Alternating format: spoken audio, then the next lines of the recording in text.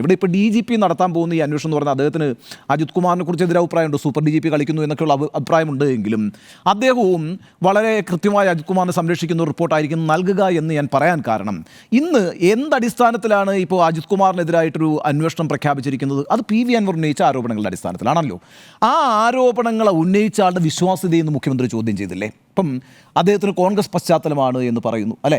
അദ്ദേഹം ധാർമ്മികത ലംഘിച്ചു എന്ന് പറയുന്നു. എങ്ങനെ ധാർമ്മികത ലംഘിച്ചു? സുജിത് ദാസിനെ പോലെ ഒരു പോലീസ് ഉദ്യോഗസ്ഥൻ ഒരു പൊതുപ്രവർത്തകന് വിളിക്കുന്ന ഫോൺ ചോർത്തി നൽകുന്നത് വഴി അദ്ദേഹം ധാർമ്മികതയുടെ ലംഘനം നടത്തി എന്ന് പറയുന്നു. ഇനി ഏറ്റവും പ്രധാനമായിട്ട് മുഖ്യമന്ത്രി പറഞ്ഞൊരു കാര്യം എന്താ? നമ്മുടെ സംസ്ഥാനത്ത് വലിയ രീതിയിൽ ഈ സ്വർണ്ണവേട്ട നടത്തുന്നുണ്ട്.